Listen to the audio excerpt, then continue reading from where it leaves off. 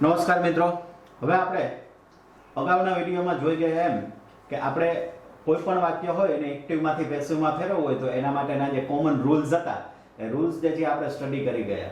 ફટાફટ આપણે આજે આગળ વધીએ એ પહેલા એ રૂલ્સને એક રિવિઝન કરી લઈએ ફટાફટ. તો સૌથી પહેલા એનો રૂલ શું આવ્યો હતો તો કે કોઈ પણ વાક્ય આપેલું હોય તમને, બરોબર, તો એની અંદરથી તમારે સૌથી પહેલા એનું ક્રિયાપદ જે છે એ શોધી લેવાનું છે. ક્રિયાપદ ઉપરથી કર્તા અને કર્મ શોધી લેવાનો છે અને પછી વોઇસ ડિસાઈડ કરવાની છે. ત્યારબાદ વાક્યનો કાળ નક્કી કરી લેવાનો છે અને પછી જો વાક્ય એક્ટિવનું હોય તો પેસિવમાં, પેસિવનું હોય તો એક્ટિવમાં રચના મુજબ ચેન્જ કરી દેવાનું છે. બીજા છેલ્લે મેં અહીંયા સાઈડમાં ગોલ્ડન રૂલ લખ્યા હતા, બરોબર. કયા હતા એ ગોલ્ડન રૂલ?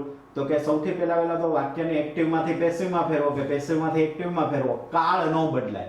જે કાળનું વાક્ય આપેલું હોય એ જ કાળ રહે. બીજું કે એ વાક્યને એક્ટિવમાંથી પેસિવમાં ફેરવો, પેસિવમાંથી એક્ટિવમાં ફેરવો, એની રચના પણ બદલાતી નથી. હકાર હોય તો હકાર રહે, નકાર હોય તો નકાર રહે, પ્રશ્નાર્થ હોય તો પ્રશ્નાર્થ થાય. જે છે એવું ને એવું રહે, બરોબર.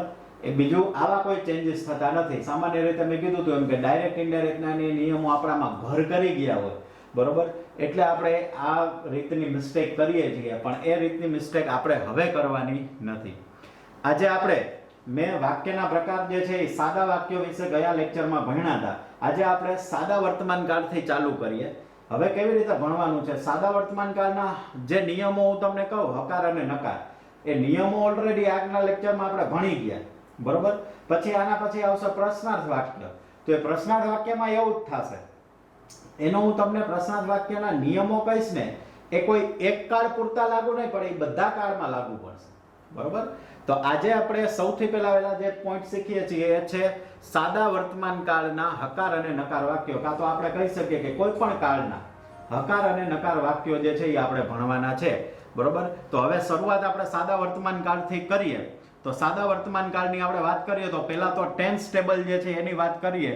તો ટેન્સ ટેબલમાં એક્ટિવ વોઇસમાં સિમ્પલ પ્રેઝન્ટ ટેન્સનું શું રૂપ આવે છે તો કે જો વાક્ય હકાર હોય તો આવતું હતું V1 ઓર SES પ્રત્યય.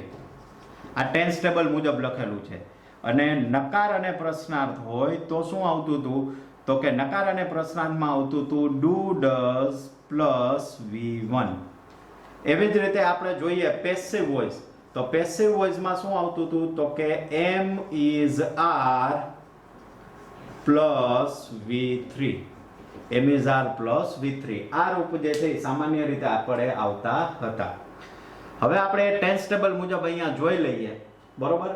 તો હવે એક એક વાક્યને આપણે અહીંયા કરતા જઈએ. તો સૌથી પહેલામાં પહેલું વાક્ય જે આપણને અહીંયા આપવામાં આવેલું છે એ કયું છે તો કે the postman delivers letters, બરોબર. એક્ઝામ્પલનું વાક્ય આપેલું છે પણ આપણે એક્ઝામ્પલના વાક્ય ઉપર અત્યારે ફોકસ નથી કરતા.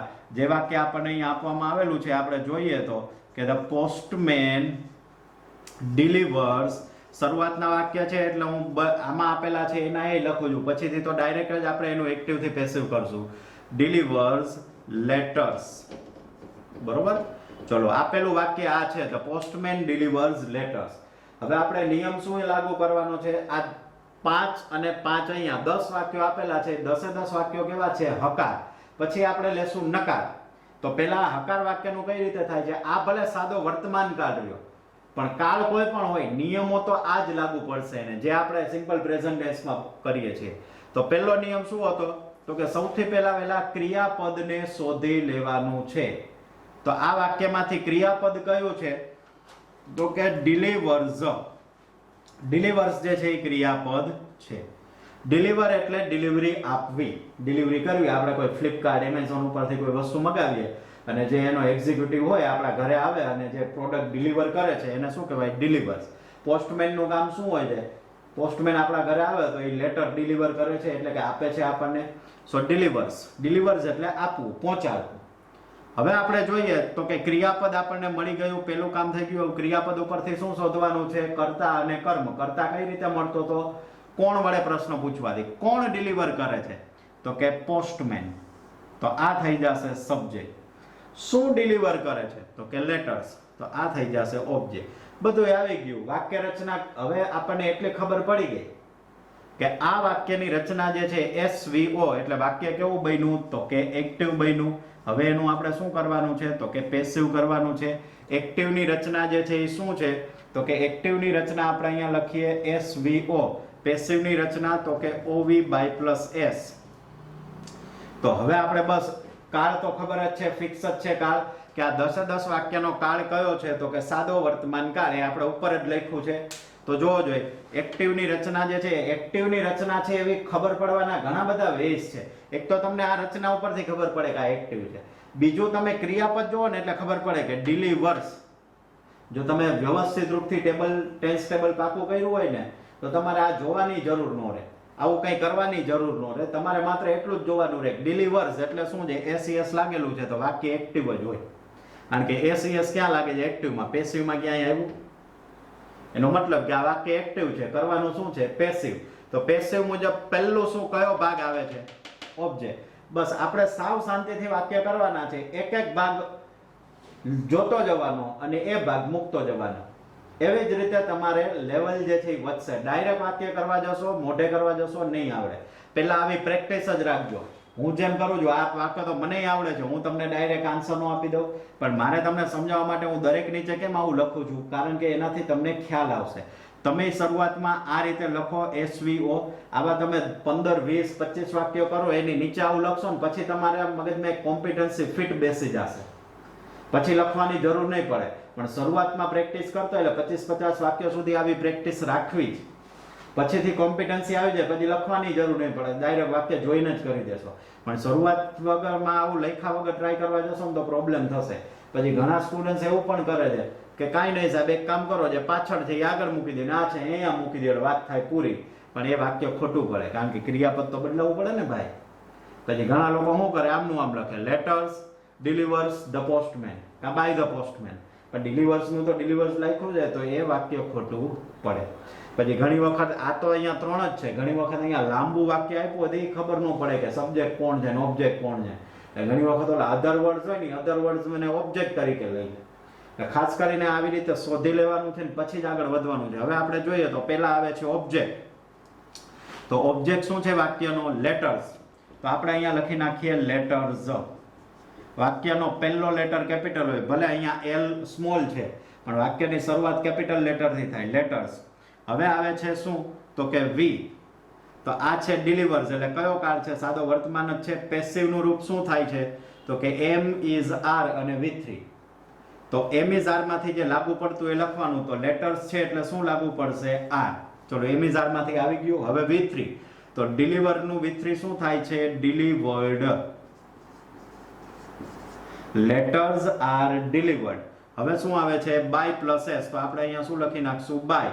અને અહીંયા શું થઈ જશે, ધ પોસ્ટમેન. ચલો પેલું વાક્ય થઈ ગયું. આ વાક્ય જે છે એનો સાચો આન્સર શું બનશે, letters are delivered by the postman. Second sentence લઈએ. બીજું વાક્ય આપણને શું આપવામાં આવેલું છે તો કે બીજું વાક્ય છે the clerk. Okay, second sentence છે the clerk collects bills. The clerk collects bills. ચલો હવે તો કે સૌથી પહેલા વેલા આપણને વાક્યમાં શું આપવામાં આવેલું છે તો કે સૌથી પહેલા વેલા વાક્ય જે આપવામાં આવેલું છે એમાંથી આપણે પહેલો નિયમ મુજબ શું શોધવાનું છે તો કે ક્રિયાપદ. તો વાક્યની અંદર ક્રિયાપદ શું છે તો કે કલેક્ટ્સ. આ થઈ ગયું આપણું ક્રિયાપદ. હવે તો કે ક્રિયાપદ ઉપરથી આપણે શું શોધવાનું છે તો કે કર્તા અને કર્મ. તો કર્તા કેવી રીતે મળે છે, કોણ વડે પ્રશ્ન પૂછવાથી, કલેક્ટ. કોણ કલેક્ટ કરે છે તો કે ક્લાર્ક. તો કે ધ ક્લાર્ક જે છે એ શું બની ગયો, સબ્જેક્ટ. શું કલેક્ટ કરે છે તો કે બિલ્સ. એનો મતલબ કે આપેલું વાક્ય જે છે એ કઈ વોઇસમાં થયું, એક્ટિવ વોઇસમાં. તો આપણે એને શેમાં ફેરવવાનું છે તો કે પેસિવ વોઇસમાં ફેરવવાનું છે. પેસિવ વોઇસમાં સૌથી પહેલા વેલા શું આવે છે તો કે ઓબ્જેક્ટ. તો વાક્યનો ઓબ્જેક્ટ શું છે તો કે બિલ્સ. તો આપણે અહીંયા લખી નાખીએ બિલ્સ. ત્યારબાદ તો કે હવે રચના મુજબ શું આવે છે તો કે વી.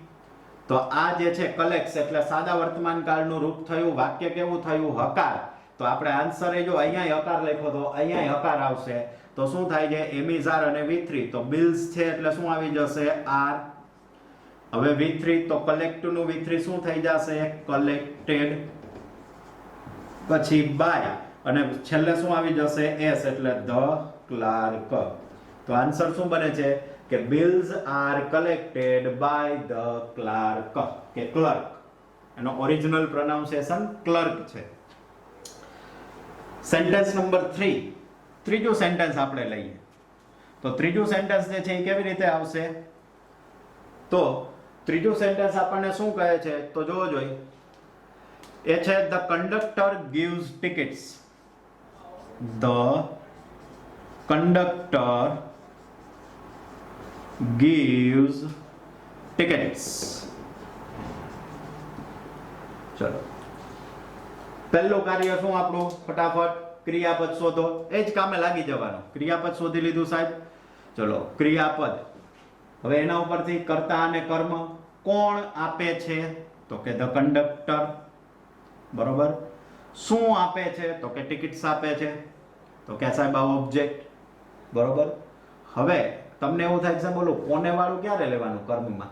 જો શું થી જવાબ ન મળે ને તો કોને ઉપર જવાનું. શું થી આન્સર મળી જતો હોય તો પછી કોને ઉપર જવાની આપણે ક્યાં જરૂરિયાત છે? એટલે સબ્જેક્ટ, વર્બ અને ઓબ્જેક્ટ. ત્યાર પછી આપણે વાત કરીએ તો ખબર પડી ગઈ કે રચના કઈ છે, એક્ટિવ. કેમ ખબર પડી? વાક્યની શરૂઆત સબ્જેક્ટ થી થાય છે એટલે વાક્યની રચના થઈ એક્ટિવ. આપણે કરવાનું છે એનું પેસિવ. તો પેસિવ કરતી વખતે સૌથી પહેલા શું આવે છે? તો કે સાહેબ ઓબ્જેક્ટ આવે છે. તો ઓબ્જેક્ટ આપણે લખીએ તો ઓબ્જેક્ટ શું થઈ જશે? સૌથી પહેલા વેલો શું છે ઓબ્જેક્ટ? તો કે ટિકિટ્સ. ટિકિટ્સ. હવે તો કે સાહેબ રચના મુજબ આવે છે વર્બ. તો આપણે વર્બ કરો. અહીંયા વર્બ જે છે એ સામાન્ય રીતે તમને જ્યારે બધા કાળના વાક્યો ભેગા આપે ને ત્યારે તમારે અહીંયા કાળ શોધવાનો કે gives જે છે એ કયો કાળ થાય? સાદો વર્તમાન. તો સાદા વર્તમાનનું પેસિવ તો કે એમ ઇઝ આર અને V3. ટિકિટ્સ છે એટલે એમ ઇઝ આર માંથી શું આવશે? આર. હવે આવે છે V3 તો give નું V3 શું થઈ જાય? given.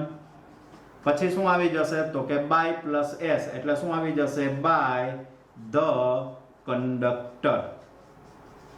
by the conductor. ચલો, ચોથું એક્ઝામ્પલ લઈએ આપણે. ચોથું એક્ઝામ્પલ શું છે?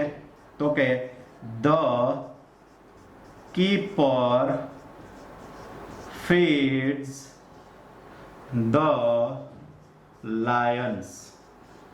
The keeper feed the lions. ક્રિયાપદ શોધો. તો ક્રિયાપદ જે છે એ શું છે? તો કે ક્રિયાપદ આપણને આપવામાં આવેલું છે feeds. બરોબર. આ ક્રિયાપદ છે. ફીડ એટલે તો કે ખવડાવવું. કોણ ખવડાવે છે? તો કે કીપર. કીપર એટલે રખેવાળ. શું ખવડાવે છે? શું ખવડાવે છે? તો સાહેબ એવું તો ન કે કઈ કીપર એટલે રખેવાળ લાયન ખવડાવે છે.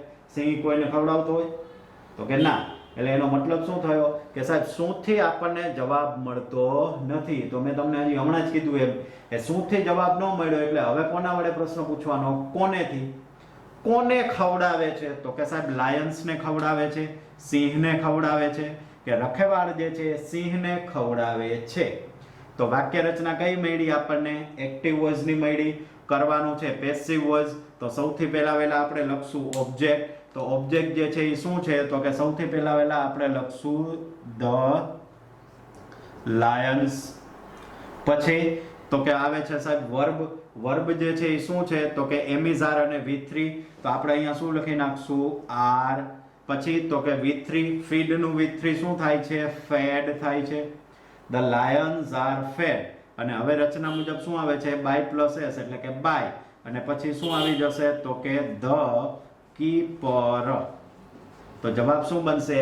The lions are fed by the keeper. બરોબર. વાક્ય જે છે સાવ ઈઝી છે. જો તમે થોડી ઘણી પ્રેક્ટિસ કરશો તો તમને આરામથી વાક્યો જે છે એ આવડી જશે. 4 વાક્ય જે છે એ આપણે કર્યા. 5મું વાક્ય આપણે કરીએ.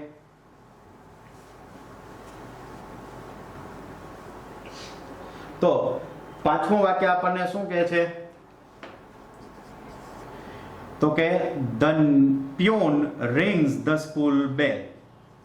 The peon rings the school bell. બરોબર. તો હવે સૌથી પહેલા ક્રિયાપદ શોધી લ્યો. તો ક્રિયાપદ કયું છે? તો કે સાહેબ છે rings. રિંગ એટલે વગાડવું. કોણ વગાડે છે? તો કે સાહેબ પ્યુન વગાડે છે. શું વગાડે છે? તો કે સાહેબ બેલ વગાડે છે. પણ બેલ સ્કૂલ નથી વગાડતો. જોજો, સ્કૂલ નથી વગાડતો. શું વગાડે છે? બેલ વગાડે છે. પણ બેલ પહેલા એક શબ્દ રહી ગયો છે. કયા? તો કે ધ અને સ્કૂલ. તો એ આખા ભેગા જ ગણવાના ઓબ્જેક્ટ. આ બાજુ શબ્દ રહી જાય ને તો એ અધર વર્ડ્સ ગણવાના. પણ બેલ પહેલા શબ્દ રહી જતા હોય તો એને શેમાં ગણી લેવાના? ઓબ્જેક્ટમાં. એટલે ઓબ્જેક્ટ આખો શું થાય? ધ સ્કૂલ બેલ. રચના મળી ગઈ છે. એક્ટિવની રચના છે, કરવાનું છે પેસિવ. તો સૌથી પહેલા શું લખવાનું થશે? ઓબ્જેક્ટ. તો વાક્યનો ઓબ્જેક્ટ શું છે? તો કે ધ સ્કૂલ બેલ. તો આપણે અહીંયા લખીએ ધ સ્કૂલ બેલ. પછી આવે છે વર્બ. તો અહીંયા રિંગ્સ છે. રિંગ્સ એટલે એસ લાગેલું છે એટલે સાદા વર્તમાન કાળ થયો. બરોબર, સાદા વર્તમાન કાળનું રૂપ થયું એક્ટિવનું. અને વાક્ય હકાર છે તો એનું પેસિવમાં એમ ઇઝ આર પ્લસ V3.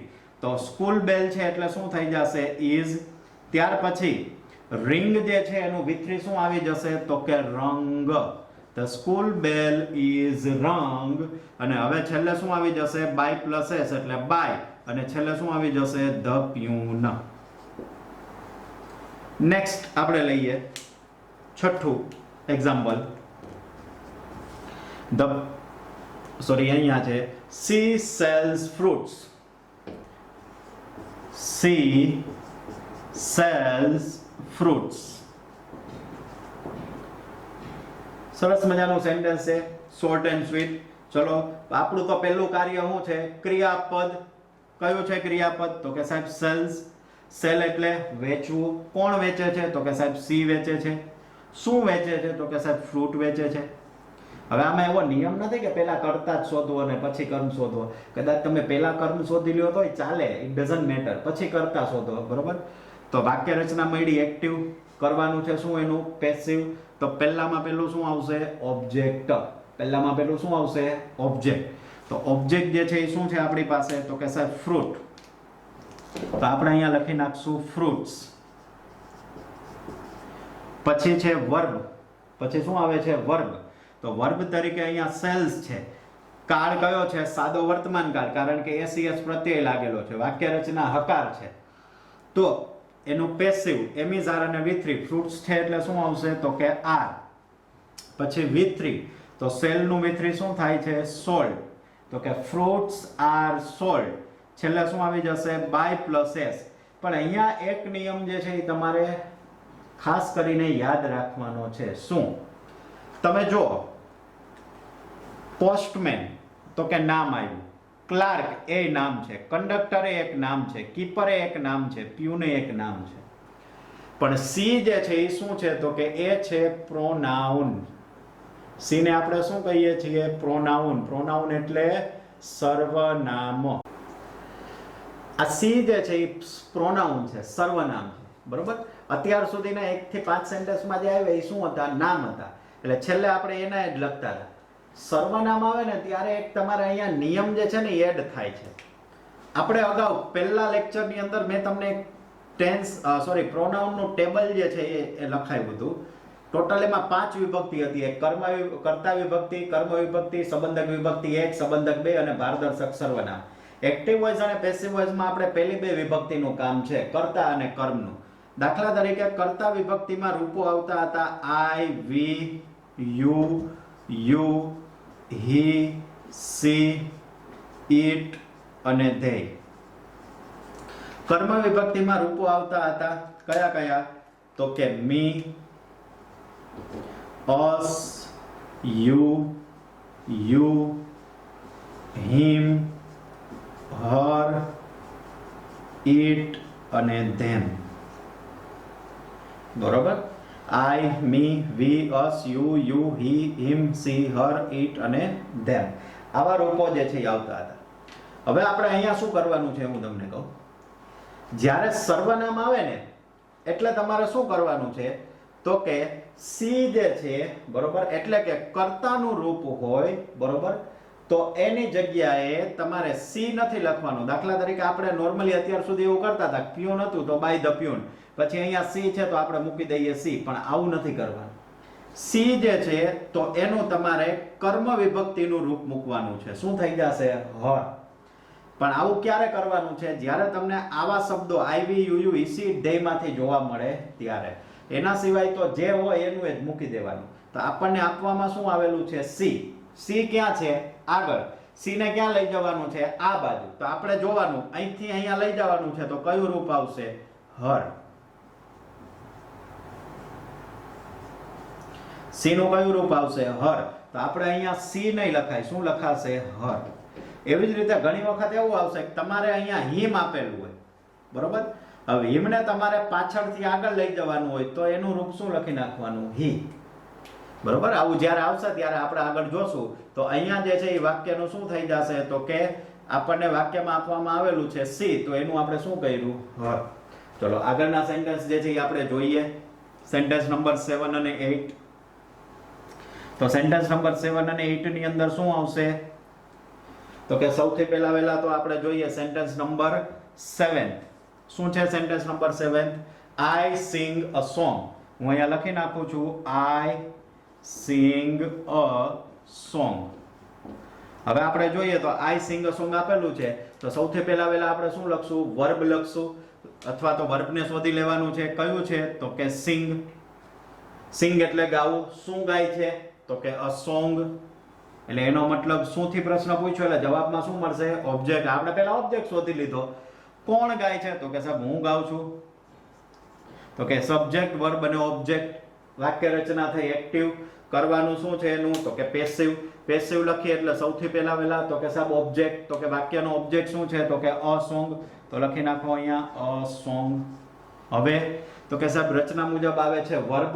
તો અહીંયા વર્બ કયું છે? સિંગ. સિંગ એટલે કેવું રૂપ થયું? મૂળ રૂપ. મૂળ રૂપ જે છે એટલે સાદો વર્તમાન કાળ થયો. એનું પેસિવ. તો કે સાહેબ એમ ઇઝ આર અને V3. તો સોંગ છે એટલે શું આવશે? તો કે ઇઝ આવશે. ત્યારબાદ V3, તો કે સિંગ નું V3 શું થઈ જાય છે? સંગ થઈ જાય છે. a song is sung. ત્યારબાદ તો કે બાય પ્લસ એસ, તો કે બાય. પણ ફરી પાછું અહીંયા શું આપવામાં આવેલું છે આપણને? આઈ. તો આઈ ને આપણે આ બાજુ લઈ આવીએ તો આઈ નું આઈ નો રહે, આઈ નું શું થઈ જશે? મી. તો આપણે અહીંયા શું લખશું? મી. પણ માની લો મને અહીંયા આઈ ની જગ્યાએ નામ આપવામાં આવેલું હોત કે નિખિલ, તો આપણે અહીંયા શું કરત? બાય નિખિલ. અને અહીંયા ક્યાં નિખિલ છે? અહીંયા નિખિલ નું સાહેબ કઈ નામ જ નથી, તો એનું જ રાખવાનું. આમાંથી હોય તો આનું આવું રૂપ મૂકવાનું. Next sentence number 8. આ વાક્યમાં ધ્યાન આપજો ખાસ કરીને. નવું વાક્ય છે. એક નવો નિયમ જે છે એ તમને જાણવા મળશે. We eat rice every day. આ જે લોકો મેં તમને કીધું હતું એમ ઓલું આગળ પાછળ કરવામાં માનતા હોય ને, વાક્યને જોયા જાણ્યા વગર બસ સાહેબે કીધું હતું આગળનું પાછળ, પાછળનું આગળ, વાત થઈ પૂરી, અમારું એક્ટિવ નું પેસિવ થઈ ગયું છે. પણ એવું ન હોય. અહીંયા તમે હવે વાક્ય જોજો એટલે તમને ખ્યાલ આવશે. સૌથી પહેલા શોધો ક્રિયાપદ. તો કે કયું ક્રિયાપદ છે? ઈટ. એવી પ્રેક્ટિસ કરવાની છે વાક્ય જોતા હોય ખબર પડી જાય. ઈટ. ઈટ એટલે વર્બ. ઈટ એટલે ખાવું. વાક્યમાં શું ખાવાની વાત થાય છે? તો કે સાહેબ રાઈસ ખાવાની વાત થાય છે. રાઈસ એટલે ચોખા. તો આ થઈ ગયો વાક્યનો ઓબ્જેક્ટ. કોણ ખાવાની વાત કરે? તો કે સાહેબ અમે ચોખા ખાય છે, ભાત ખાય છે. એસવીઓ મળી ગયું. તો એવરી ડે શબ્દ વધે છે તો એને ઓબ્જેક્ટ નહીં ગણવાનો. આ રાઈસ પહેલા કંઈક હોત તો એને ઓબ્જેક્ટ ગણત. એવરી ડે ને આપણે શું ગણશું? અધર વર્ડ્સ. હવે ઘણા છોકરા શું કરે છે ખબર? એવરી ડે થી વાક્ય ચાલુ કરે. એવરી ડે ને કર્મ ગણી લે. એવરી ડે કર્મ છે જ નહીં. એવરી ડે સમય બતાવે છે. સમય બતાવતો હોય ને કોઈ દી કર્મ નો. આ કીવર્ડ છે, કારદર્શક શબ્દ છે ને, એ કોઈ દી સમય બતાવે, એ કોઈ દી ઓબ્જેક્ટ હોય નહીં. તો હવે આપણે આનું પેસિવ કરવું હોય તો સૌથી પહેલા શું આવી જશે? ઓબ્જેક્ટ. તો ઓબ્જેક્ટ શું છે વાક્યનો? રાઈસ છે કે એવરીડે છે? જે ઓલું આગળ પાછળ કરવામાં જ માનતા હોય ને એ એવરીડે ને જ ગણે ઓબ્જેક્ટ. પણ આપણે તો અહીંયા વ્યવસ્થિત નિયમ મુજબ કર્યું એટલે ખબર પડી કે એવરીડે નહીં સાહેબ, રાઈસ ઓબ્જેક્ટ છે. તો આપણે અહીંયા લખીએ કે રાઈસ. હવે નિયમ મુજબ સાહેબ આવે છે વર્બ. તો ઈટ એટલે મૂળરૂપ છે ને મૂળરૂપ એટલે સાદો વર્તમાન કાળ, હકાર વાક્ય, અને એનું પેસિવ તો કે એમ ઇઝ આર અને V3. બરોબર? તો રાઈસ છે એટલે આપણે શું લખશું? ઇઝ. પછી તો કે સાહેબ V3 તો કે ઇઝ, ઈટ નું V3 થાય છે ઈટન. ત્યારબાદ તો કે સાહેબ બાય પ્લસ એસ, બાય. હવે એસ કયો શબ્દ આપવામાં આવેલો છે? વી. તો વી ને આ બાજુ લખશું તો શું થઈ જશે? તો કે અસ. તો કે બાય અસ. હવે કયો શબ્દ વધ્યો? Every day. તો લખી નાખો એવરી ડે. વાત થઈ ગઈ પૂરી. બરોબર. તો આ વાક્ય થયા 7 અને 8. છેલ્લા બે વાક્ય આપણે જોઈએ તો કયા છે? તો કે છેલ્લા બે વાક્યની અંદર આપણે જોવાના છે એ છે 9મું અને 10મું. He loves me very much. He loves me very much.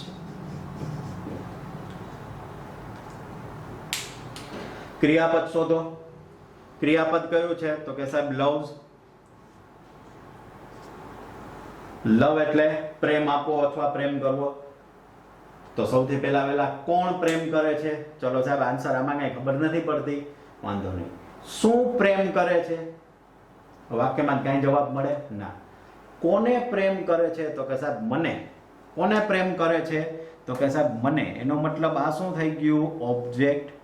કોણ પ્રેમ કરે છે? તો કે સાહેબ સબ્જેક્ટ. હવે કદાચ નો કરો તોય ખબર પડી જાય કે ઓબ્જેક્ટ પાછળ આવ્યો છે, આગળ આ મોટો શબ્દ શું હોય છે? સબ્જેક્ટ. અને વેરી મચ એ શું થઈ જશે? આપણો અધર વર્ડ્સ. જે ઓલા વિદ્યાર્થીઓ છે એ વેરી મચ ને ઓબ્જેક્ટ તરીકે ગણીને વાક્ય આખું લખીને આવે એટલે વાક્ય પડે ખોટું. આપણે તો આ રચના મુજબ જવાનું છે. સૌથી પહેલા શું આવશે? તો કે ઓબ્જેક્ટ. તો ઓબ્જેક્ટ હવે શું લખશું આપણે? વેરી મચ લખશું કે મી લખશું? તો કે સાહેબ ઓબ્જેક્ટ તરીકે છે મી. મી ક્યાંક આટલામાં આવે છે કે નથી આવતું? તો કે હા સાહેબ આવે છે. ક્યાં આવે છે? તો કે અહીંયા. તો હવે તમારે શું છે? મી જે છે ને કયો શબ્દ છે? કર્મનો. લઈ જવાનો છે ક્યાં? કર્તાના સ્થાને લઈ જવાનો છે ને. તો તમારે શું કરવાનું છે? પાછળથી ક્યાં લઈ જવાનો છે? આગળ. જો આપણે અગાઉ નિયમ જોયો હતો ને આગળના વાક્યમાં, અહીંયા સી વાળામાં નાઈ વાળામાં, કે એ આગળ હતા ને લઈ જતા હતા પાછળ. એવી રીતે આ પાછળ છે તેને ક્યાં લઈ જવાનો છે? આગળ. તો મી છે તો એનું શું થઈ જાય? આઈ. જેમ આપણે સી નું અર કર્યું, આઈ નું મી કર્યું, વી નું અસ કર્યું, તો એવી રીતે પછી આનું મી નું તમે આમ લઈ જાવ તો આઈ થાય ને. તો મી નું શું થઈ જશે? આઈ. હવે ઓબ્જેક્ટ લખાઈ ગયો. પછી આવે છે વર્બ. તો વર્બ નું શું આવી જશે? એમ ઇઝ આર V3. તો આઈ સાથે કયું રૂપ આવે છે? એમ. પછી V3 તો લવ્સ નું V3 શું થઈ જશે? લવ્ડ. હવે તો કે બાય પ્લસ એસ. તો આપણે લખી નાખીએ પેલા બાય. હવે કયો શબ્દ છે? હી. તો હી નું શું થઈ જશે? હિમ. તો આપણે અહીંયા લખી નાખ્યું હિમ. અને છેલ્લે શું આવી જશે? તો કે વેરી મચ. ત્યાર પછી તો કે વાક્ય નંબર 10 શું છે? તો કે mosquitoes cause many disease. Mosquitoes એટલે મચ્છર. Mosquitoes cause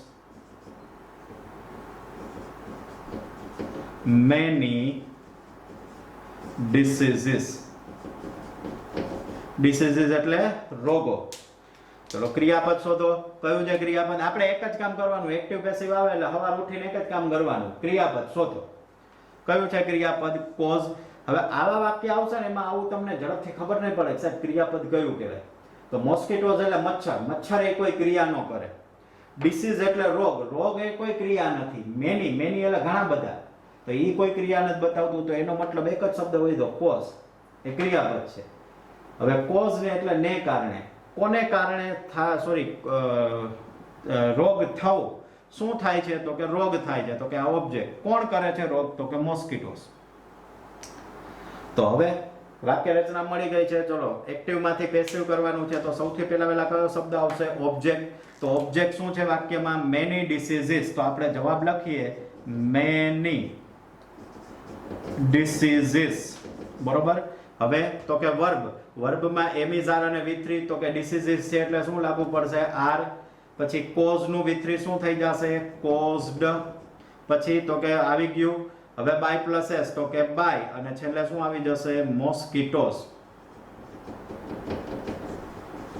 તો આ રીતે આપણે સાદા વર્તમાન કાળના હકાર વાક્યો જે છે એ થાય છે. બરોબર. નિયમ કદાચ તમે હું આની જગ્યાએ સાદો ભૂતકાળ કરતો હતો અને સાદા વાક્યો તો એનો નિયમ એ આ જ છે. સાદો ભવિષ્ય, ચાલુ વર્તમાન, ચાલુ ભૂતકાળ કરું તો એનો સાદા વાક્યનો નિયમ આ જ છે, આ જ મુજબ થાય. ક્રિયાપદ શોધો, કર્તા કર્મ શોધો, એક્ટિવ માંથી પેસિવ કરનાર. હા, જવાબમાં ફરે શું? કારણ કે ક્રિયાપદના રૂપો અલગ અલગ આવતો હોય દરેક કાળ મુજબ, એ ફર્યા કરે. બાકી વાત જે છે એ સિમ્પલ છે.